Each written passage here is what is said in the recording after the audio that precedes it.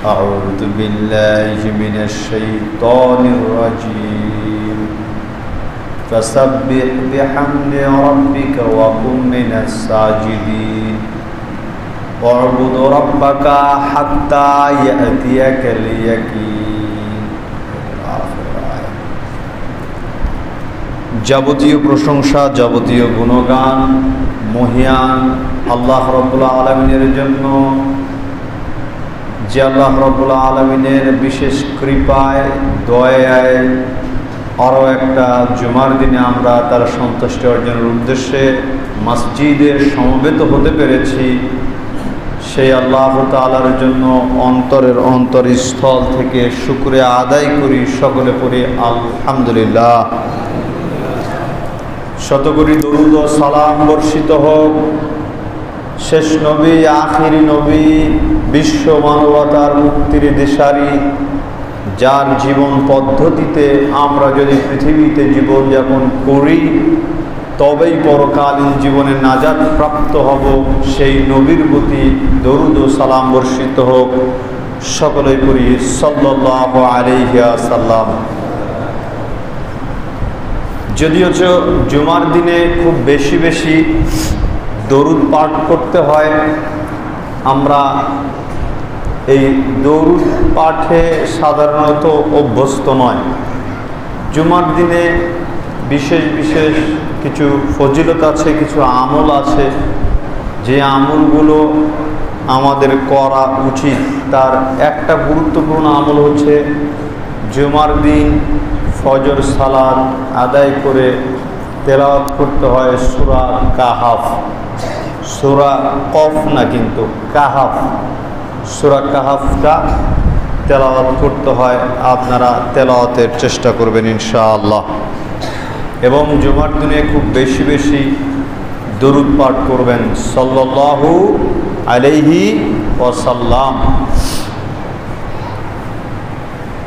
আল্লাহ তাআলা বলতেছেন ফাসাব্বিহ বিহামদি রাব্বিকা ওয়া কুম মিনাস সাজিদিন, প্রশংসা করো, পবিত্রতা ঘোষণা করো, তুমি তোমার প্রতিপালকের সেজদাকারীদের অন্তর্ভুক্ত হও।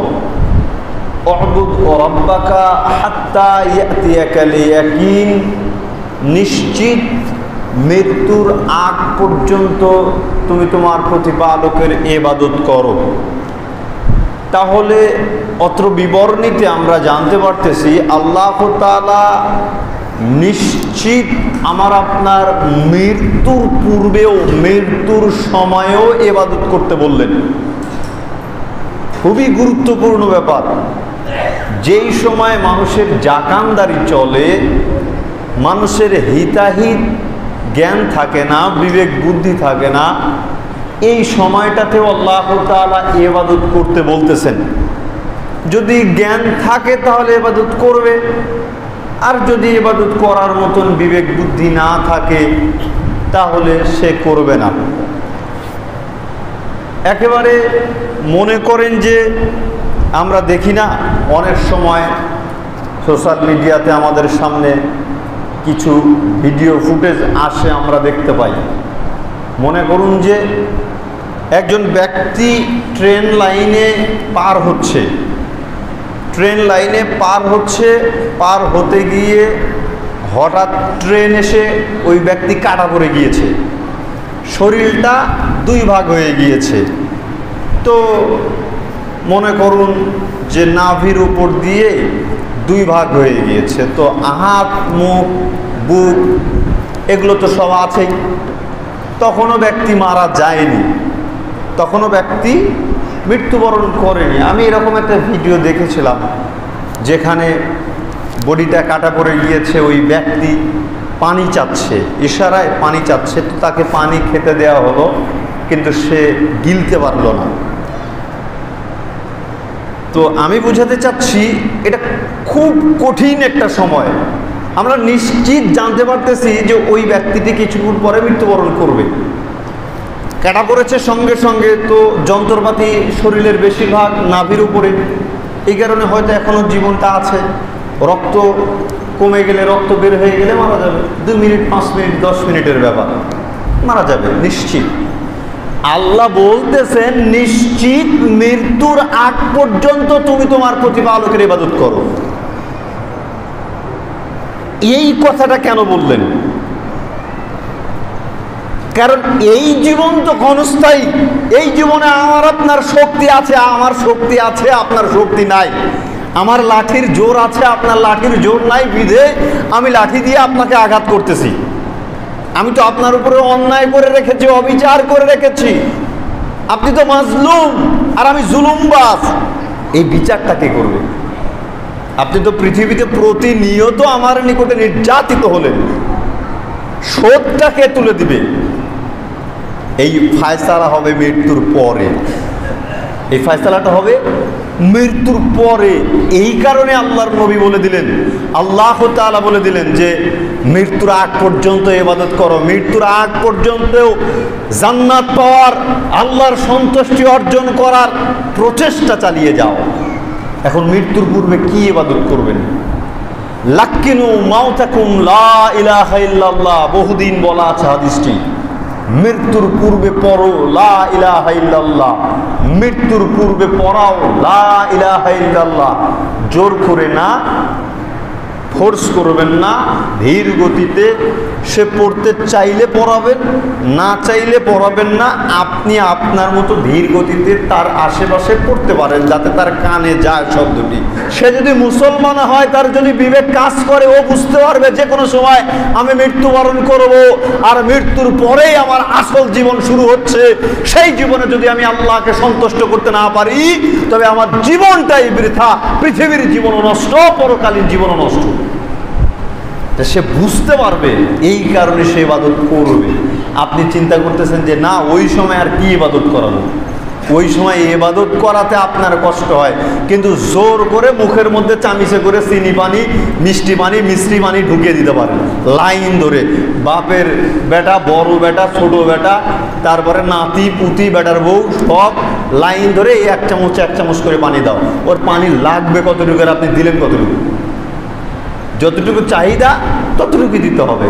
শেষের বাক্যের এই লা ইলাহা ইল্লাল্লাহর ফজিলত কি?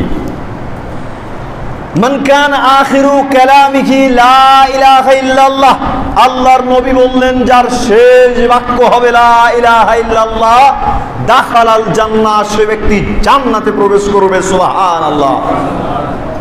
লা ইলাহা ইল্লাল্লাহর পাওয়ার, ক্ষমতা, গুরুত্ব কত বেশি দেখেন। তাহলে এই মুমূর্ষ ব্যক্তিকেও পড়ানোটা জরুরি লা ইলাহা ইল্লাল্লাহ। কারণ ও যদি লা ইলাহা ইল্লাল্লাহ পড়ে মৃত্যুবরণ করে, তবে সে ব্যক্তি কোথায় যাবে? জান্নাতে প্রবেশ করবে। কি খুদবা বুঝতে পারতেছেন না?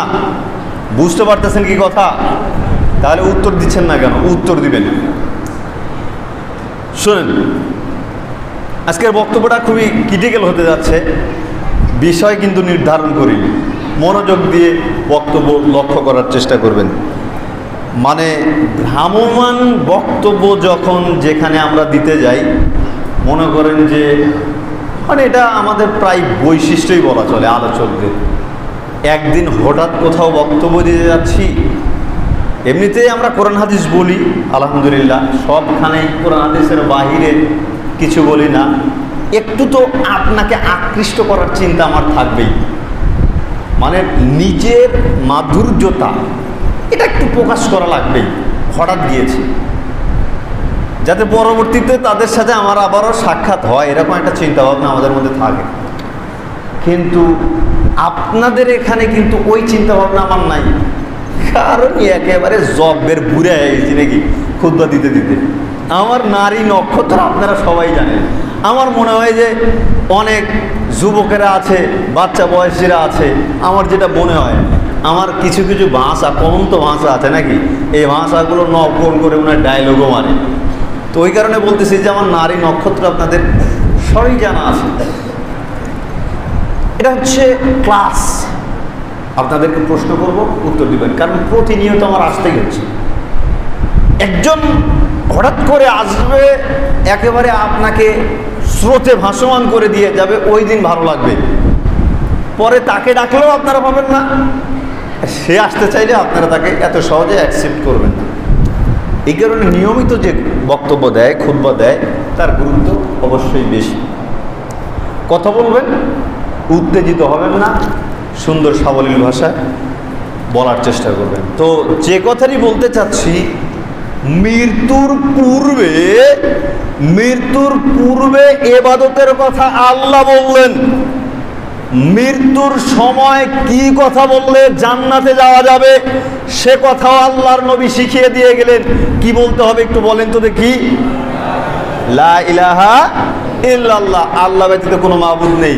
এই শব্দ, এই বাক্যের, এই কালেমার এত পাওয়ার, এত ক্ষমতা, এটা বলার পরে যদি কেউ মৃত্যুবরণ করে তবে ওই ব্যক্তি জান্নাতি, ওই ব্যক্তির নিকটে আর কোনো বাধা থাকবে না, সুবহান।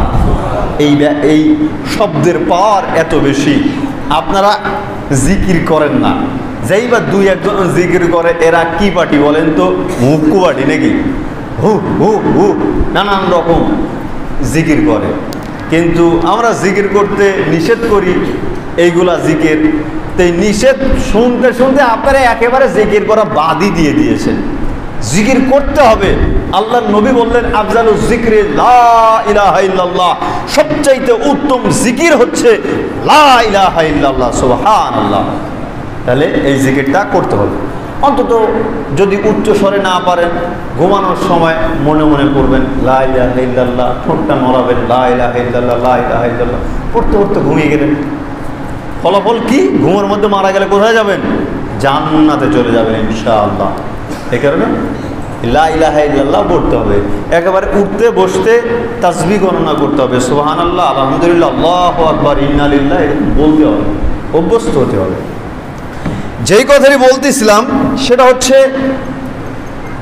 মৃত্যুকালীন সময়েও কি ইবাদত করতে হবে আল্লাহর নবী আমাদেরকে স্পষ্টভাবে জানিয়ে দিলেন।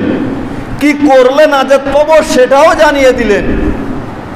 তাহলে এত কিছু ইসলামের মধ্যে আছে, আমরা সেই ইসলাম বাদ দিয়ে আজকাল গণতন্ত্রের পিছনে কেন ছুটতেছি?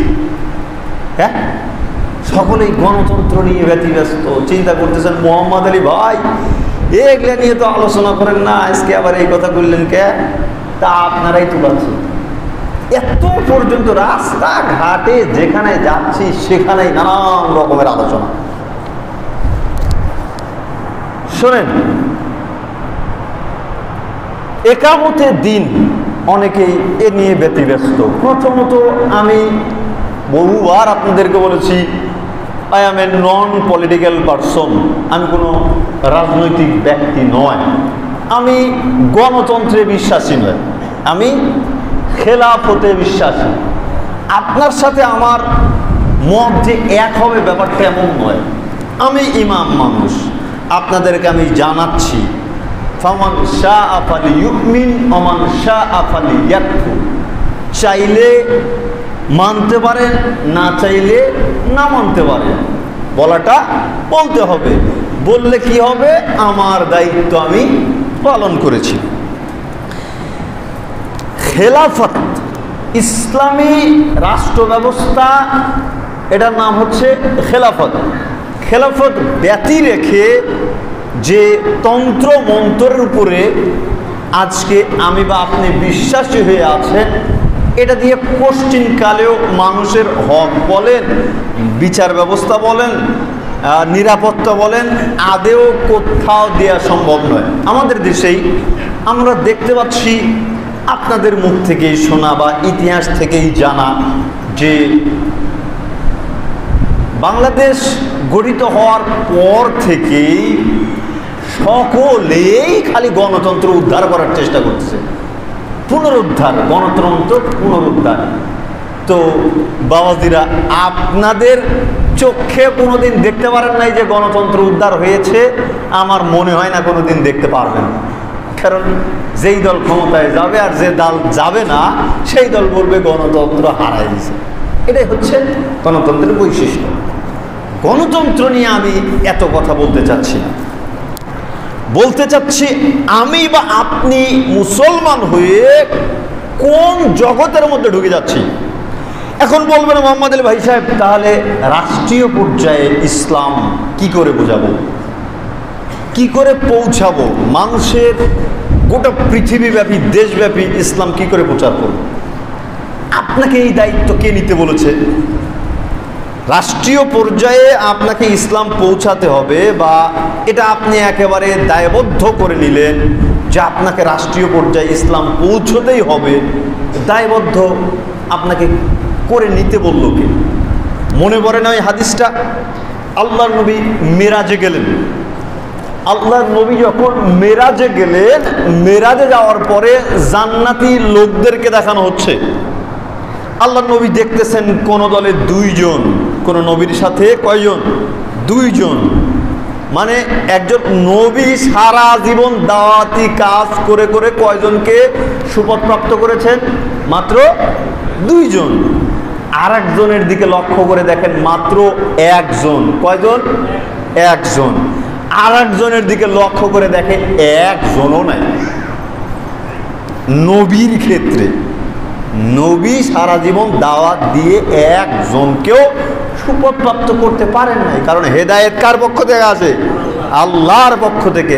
আল্লাহ যাকে হেদায়েত দিবেন সেই হেদায়েত প্রাপ্ত হবে।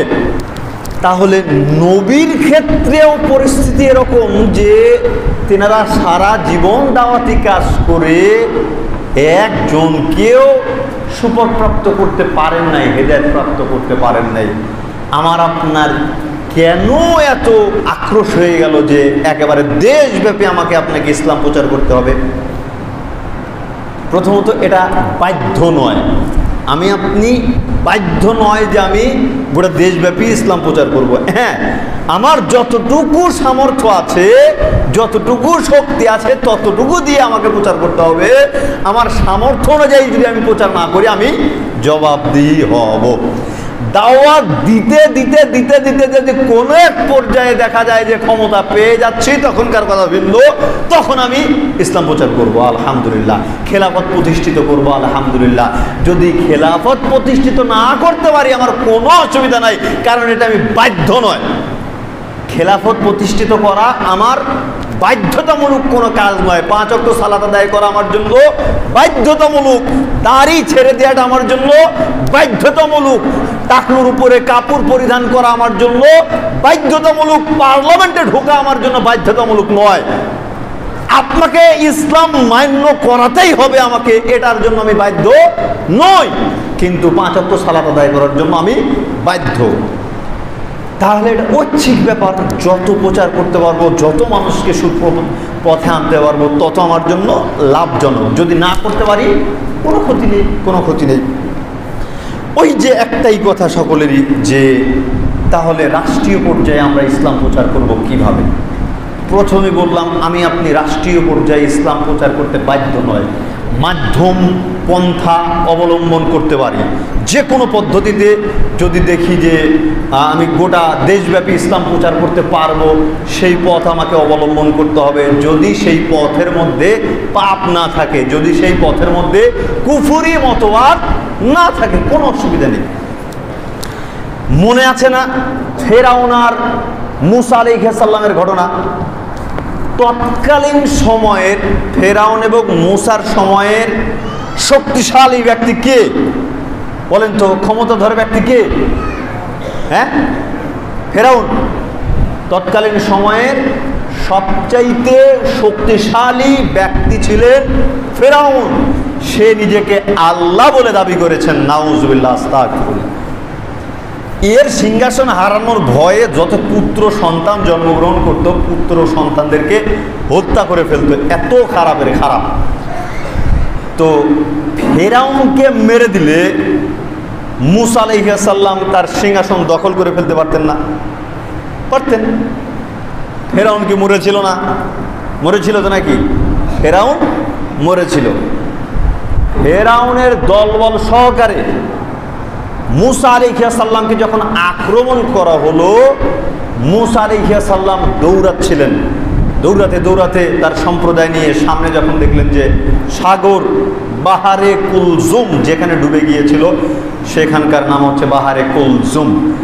এই সাগরের তীরবর্তী যখন হলেন, তার লোকজন বলে উঠলো, আমরা শেষ হয়ে গিয়েছি, আমাদের আর বাঁচার পরিস্থিতি নেই, আমরা ফেরাউনের হাতে ধরা পড়ে গিয়েছি। মূসা আলাইহিস সালাম বললেন, কাল্লা, না, কখনোই নয়, কখনোই নয়, সায়াহদিনী, আল্লাহ সুবহানাহু ওয়া তাআলা আমাদের সাথে আছেন, অবশ্যই তিনি আমাকে পথ দেখাবেন, আমার উদ্ধার হওয়ার জন্য রাস্তা তৈরি করে দিবেন। মূসা আলাইহিস সালাম এই কথা বললেন। তখন আল্লাহ তাআলা সিদ্ধান্ত জানিয়ে দিলেন, মূসা, তোমার হাতে যে লাঠি আছে, লাঠি দ্বারা পানিতে আঘাত করো। পানিতে আঘাত করা হলো, পানি দুই ভাগ হয়ে গেল, রাস্তা তৈরি হয়ে গেল, পার হয়ে গেলেন, ফেরাউন ডুবে গেল। ফেরাউন যখন সাগরের মাঝখানে মূসা আলাইহিস সালাম তার সম্প্রদায় নিয়ে উপরে উঠে গিয়েছেন, তীরে উঠে গিয়েছেন, তারা যখন মাঝখানে, তখন তারা ডুবে সদল বলে মারা গিয়েছেন। সুবহানাল্লাহ। তাহলে ফেরাউন সদল বল নিয়ে ডুবে মারা গেল। ফেরাউনের সিংহাসন পরিচালনা করার মতো আর ফেরাউনের লোকজন থাকলো? ফেরাউনের সোল বল কেউ আসিল? কেউ আসিল না। অটোমেটিক মূসা আলাইহিস সালাম কিন্তু উত্তরাধিকারী হয়ে গিয়েছেন, কারণ শক্তিধর তখন ফেরাউনের পরে কে? মূসা আলাইহিস সালাম। মূসা আলাইহিস সালাম পারতেন না সিংহাসন দখল করে মানুষের মাঝে, আজ থেকে আমি যা বলবো তোমরা তাই করবে, পারতেন না। পারতেন না করে কি করলেন? চলে গেলেন বালুর চরে। বালুর চরে ঘুরে বেড়াচ্ছেন, বালুর চরে ঘুরে বেড়াচ্ছেন। এই জায়গায় ঘুরতে ঘুরতে অনেকগুলো কাহিনী ঘটে। এই জায়গায় ঘুরতে ঘুরতে যখন তুর পর্বতে গেলেন, তুর পর্বতে যাওয়ার পরে এই মূসা আলাইহিস সালামের সম্প্রদায়ের মধ্যে একজন ব্যক্তি থাকে যার নাম থাকে সামরি বা সামারি, এরকম একজন নাম। এই সামরি বাছুর পূজা শুরু করে দেন, বাছুর পূজা শুরু করে দেন। যেই বাছুর পূজার চিন্তাভাবনা বর্তমান ইসরায়েলিদের মধ্যে আছে, লাল বাছুরের পূজা করবে, যেই বাছুরের মধ্যে কোনো রকম লাল পশম ব্যতীত আর কোনো পশম নেই। এই বাছুরকে তারা জীবন্ত পুড়াবে, পুরানোর পরে সেই ছাইগুলো নিজেদের শরীরে মেখে তারা নাকি পবিত্র হবে। জোরে সরে বলুন নাউজুবিল্লাহ। এটা হচ্ছে ইসরায়েলিদের আকাঙ্ক্ষা। এখান থেকেই বাছুর পূজা শুরু হয়। এখান থেকেই আপনার মূসা আলাইহিস সালামকে নির্দেশ করা হয়, যাও ফিলিস্তিন দখলে নাও, মসজিদে আকসা তোমরা শাসন করো। 20 জন ব্যক্তিকে প্রেরণ করা হয় তাদের গতিবিধি দেখার জন্য। 20 জন ব্যক্তি দেখতে যায়, পরিদর্শন করতে যায়, গতিবিধি লক্ষ্য করতে যায়। যাওয়ার পরে দেখতে পায় এত বড় বড় মানুষ, বিশাল বিশাল মানুষ, এদের সাথে যুদ্ধ করা কোনোভাবেই সম্ভব নয়। তখন ওই 20 জনের মধ্য থেকে অনেকেই বলল যে এই খবরটি প্রকাশ করা যাবে না, প্রকাশ করা যাবে না, তখন আমরা গোপনেই রাখবো, এরকম চিন্তা ভাবনা করে ফিরে আসে। ফিরে আসতে আসতে খবরটা পাবলিশড হয়ে যায়। পাবলিশ হয়ে যাওয়ার পরে জনগণ তখন বলে ওঠে, হে মূসা, তুমি আর তোমার ভাই হারুনই যুদ্ধ করোগা, কিন্তু আল্লাহর নির্দেশ ছিল কি, তোমরা আক্রমণ করো, বিজয় দিবে কে? আল্লাহ বিজয় দিবেন। ওখানে কি আছে, বাঘ আছে না ভাল্লুক আছে, সেটা দেখার ব্যাপার নেই। আল্লাহ যা হুকুম করেছে তোমরা তাই পালন করো। কিন্তু সেটা হয় না। মূসা আলাইহিস সালাম নিজ সম্প্রদায়ের উপরে ক্ষিপ্ত হয়ে ওঠেন, রাগান্বিত হয়ে ওঠেন। মূসা আলাইহিস সালামের অন্তর ব্যথিত হয়ে থাকে যে মসজিদে আকসা বিজয় করতে পারলেন না। মূসা আলাইহিস সালামের মৃত্যুবরণের পর ইউশা বিন নুন নামে একজন নবী হন। ওই যে 20 জন লোক গিয়েছিলেন পরিদর্শনের জন্য, এই 20 জনের একজন নবী হচ্ছেন ইউশা বিন নুন, যেটা পরবর্তীতে নবী হয়। এই ইউশা বিন নুনের নেতৃত্বে মসজিদে আকসা বিজয় হয়। মূল কথা হচ্ছে মূসা আলাইহিস সালাম সিংহাসন ক্ষমতা না নিয়ে বালুর চরে ঘুরে বেড়াচ্ছেন। আপনি ক্ষমতা নিয়ে আর এত চিন্তিত কেন? ক্ষমতা নিলে কি হবে বুঝতে পেরেছেন? আমার দায়িত্ব নিতে হবে। হিন্দু আছে তার দায়িত্ব নিতে হবে, বৌদ্ধ আছে তার দায়িত্ব নিতে হবে।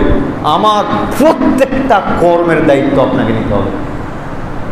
আপনার জন্য যদি আমি ব্যথিত হই, কষ্ট পাই, সেই জবাব আপনাকে দিতে হবে। বিশাল ব্যাপার, বিশাল ব্যাপার। আল্লাহর নবী বলতেছেন, যাকে দুইজনের দায়িত্ব দেওয়া হলো তাকে ছুরি ছাড়াই জবাই করা হলো। বুঝেন কথার গুরুত্ব। মানে দুইজনের দায়িত্ব যাকে দেওয়া হলো, ছুরিবিহীন জবাই করা হলো। হকভাবে ব্যক্তি যদি দায়িত্ব পালন করে, সঠিকভাবে যদি মানুষ দায়িত্ব পালন করে, মানুষ তাকে মেনে নেবে না। সঠিকভাবে দায়িত্ব যাকে ব্যক্তি যদি পালন করে, মানুষ তাকে মেনে নেবে না। আর যদি ব্যাঠিকভাবে দায়িত্ব পালন করে, তাহলে তার পরকাল ধ্বংস। ওই রিক্সার মধ্যে আমি যাব কেন? আর ক্ষমতা নিয়ে চেয়ে নেওয়া তো বহু দূরের ব্যাপার, ক্ষমতা চেয়ে নেওয়া তো বহু দূরের ব্যাপার। আল্লাহর নবী বলতেছেন, যার উপরে দায়িত্ব আসলো, যাকে দায়িত্ব দেওয়া হলো, আল্লাহ ওই ব্যক্তিকে সাহায্য করবেন। আপনার উপরে আমার উপরে যদি অটোমেটিক কোনো দায়িত্ব আসে, এই দায়িত্বের ব্যাপারে সাহায্য করবে কে? আল্লাহ। আর আমি যদি ইচ্ছাকৃতভাবে দায়িত্ব গ্রহণ করি, তখন এখানে আল্লাহর সাহায্য পাওয়া যাবে না। আমার নিজেকেই জবাবদিহি করতে হবে। কঠিন ব্যাপার, বিরাট ব্যাপার। দাওয়াতি কাজ করতে থাকুন, ইসলামের সৌন্দর্য মানুষের নিকটে প্রচার করতে থাকুন। এমনও তো হতে পারে বাংলাদেশের সবাই কোরআন হাদিস মেনে নিয়েছে আপনার দাওয়াতের কারণে, আপনার দাওয়াতের কারণে কোরআন হাদিস মেনে নিয়েছে। তো মেনে নেওয়ার পরে আপনাকে নেতা হিসেবে কবুল করে নিয়েছেন, হয়ে গেল ইসলাম একেবারে রাষ্ট্রীয় পর্যায়ে প্রচার। বলবেন মোহাম্মদ আলী ভাই, এটা আপনার মুখের কথাতেই মানাবে, বাস্তবে দেখা যাবে না, বাস্তবে পাওয়া যাবে না, খেলাফত বাস্তবে পাওয়া যাবে না। বর্তমান পরিস্থিতিতে সরকার কিভাবে আছে? অবশ্যই গণতান্ত্রিকভাবে নয়, নির্বাচিত সরকার নয়। বাংলাদেশের যতটা খারাপ সময় এসেছে, প্রত্যেকটা খারাপ সময়েই আপনার খেলাফতের ভিত্তিতে সরকার গঠিত হয়েছে। প্রত্যেকটা কঠিন সময়, কঠিন সময়ে, যে সময় কোনো মানে একেবারে সব চুরমার হয়ে যাচ্ছে, নষ্ট হয়ে যাচ্ছে, এটা হয়ে যাচ্ছে, সেটা হয়ে যাচ্ছে, দেশ দখল হয়ে গেল, মানুষ মারা যাচ্ছে, মারামারি করতেছে, এই সময়ে ভোট প্রথা বাদ দিয়ে রাতারাতি সরকার গঠিত হয়েছে। আর যখন সব শান্ত, যখন কি সব শান্ত, তখন আপনাকে প্ল্যান প্রোগ্রাম করে ভোটাভুটি করে কোটি কোটি হাজার হাজার লক্ষ লক্ষ টাকা খরচ করে সরকার গঠিত করতে হবে। সম্মানিত উপস্থিতি, নিজেকে প্রশ্ন করুন যে আপনার অস্তিত্ব কোথায়? আপনার শেষ ঠিকানা কি পৃথিবী, নাকি আপনার শেষ ঠিকানা আরো আছে, জায়গা আছে? আপনার এই জীবন কি শেষ, নাকি জীবন আর একটা আছে? আপনার জবাবদিহি কি এখানেই শেষ, নাকি জবাবদিহি আছে? আমি আপনাকে ওই কথা বলার দুঃসাহস রাখি না যে আপনি অমুক দল করিয়েন না, তমুক দল করেন, তমুক দল করিয়েন না, অমুক দল করেন। এটা আপনাকে আমি বলবো না। আমি আপনাকে খেলাফত বোঝালাম, খেলাফত বোঝালাম, যেটা কোরআন হাদিস দিয়ে দেশ পরিচালিত হবে, যা কিছু আছে সব কিছু পরিচালিত হবে খেলাফত দিয়ে।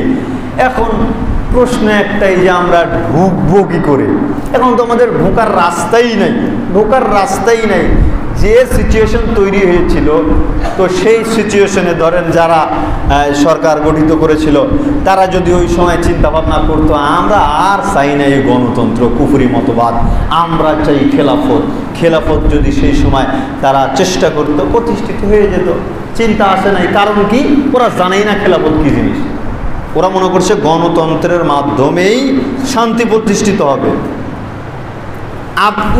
আপনাকে আমি যদি জিজ্ঞেস করি, আপনি বিনা বাক্যে বিনা শর্তে বলবেন অবশ্যই অবশ্যই গণতন্ত্রের চাইতে হাজার গুণে উত্তম খেলাফত, আপনি বলবেন। কিন্তু বিশ্বাস করেন, খেলাফতের জন্য আপনি কোনো দিন কথা বলতেছেন না।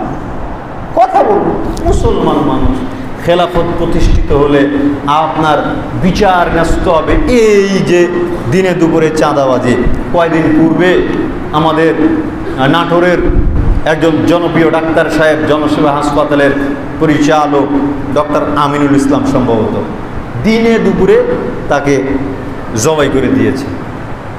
দিনে দুপুরে জবাই করে দিয়েছে। হত্যার বদলে হত্যা করতে হবে, হত্যাকারী যে তাকে হত্যা করে দিতে হবে। কোনো হিসাব নাই, কোনো চিন্তা ভাবনা নাই। কোর্ট কাছারি 3 মাস, 6 মাস, 10 বছর, 12 বছর, 15 বছর টাকার জোর থাকলে 3 মাস পরে বের হয়ে চলে আসতেছে। এই গণতন্ত্রে দিয়ে আপনি শান্তি নিয়ে আসবেন? কোশ্চিন কালেও সম্ভব নয়। কোরআন এবং সহিহ হাদিস ব্যতীত পৃথিবীর ইতিহাসে, কোরআন এবং সহিহ হাদিস ব্যতীত পৃথিবীর ইতিহাসে কোথাও শান্তি প্রতিষ্ঠিত হয়নি, আজীবনেও হবে না, আজীবনেও হবে না। আর মুসলমানরা যদি কোরআন এবং সহিহ হাদিস ব্যতীত রেখে অন্য কোনো মাধ্যম দিয়ে শান্তি খুঁজে শান্তি পাওয়া তো হুজুরের কথা, বরং অধীর গহ্বর নিমজ্জিত হবে। ইতিহাস ঘেটে দেখুন, ইতিহাস ঘেটে দেখুন। আমি খেলাফত প্রতিষ্ঠিত করতে পারতেছি না, দূরে থাকি, কোনো অসুবিধা নেই, দূরে থাকি, বেঁচে গেলাম। বলবেন একেবারেই চুপ থাকবো, আমার কিন্তু হাদিসটা জানা আছে, আল্লাহর নবীর সেই কথাটি জানা আছে। আল্লাহর নবী মুআয ইবনে জাবাল রাদিয়াল্লাহু তাআলা আনহুকে জিজ্ঞেস করতেছেন, হে মুআয ইবনে জাবাল, যখন তুমি হবে পৃথিবীর আগাছা। বুঝেছেন কাকে আল্লাহর নবী বলতেছেন? মুআয ইবনে জাবালের মতন ব্যক্তিকে বলতেছেন, মুআয ইবনে জাবাল যখন তুমি হবে পৃথিবীর আগাছা, জঙ্গল, ময়লা আবর্জনা। মুআয ইবনে জাবালের মতো একজন সাহাবীকে বলতেছেন, তুমি যখন হবে পৃথিবীর জঙ্গল, হে মুআয ইবনে জাবাল, তখন তুমি কি করবে? আপনি তো বলতেছেন যে বাহিরে বের হলে পাপ আর পাপ, পাপ আর পাপ। মোহাম্মদ আলী ভাই, আমাকে অবশ্যই অবশ্যই এমন কিছু করতে হবে যেখানে এখান থেকে পাপ মুক্ত হয়ে যায়। আপনি এটাকে বাধ্যতামূলক করে নিয়েছেন। তো আমি নিষেধ করতেছি না, আপনি বাধ্যতামূলক না, আপনি মাধ্যম অবলম্বন করেন, হালাল পন্থায় আগান।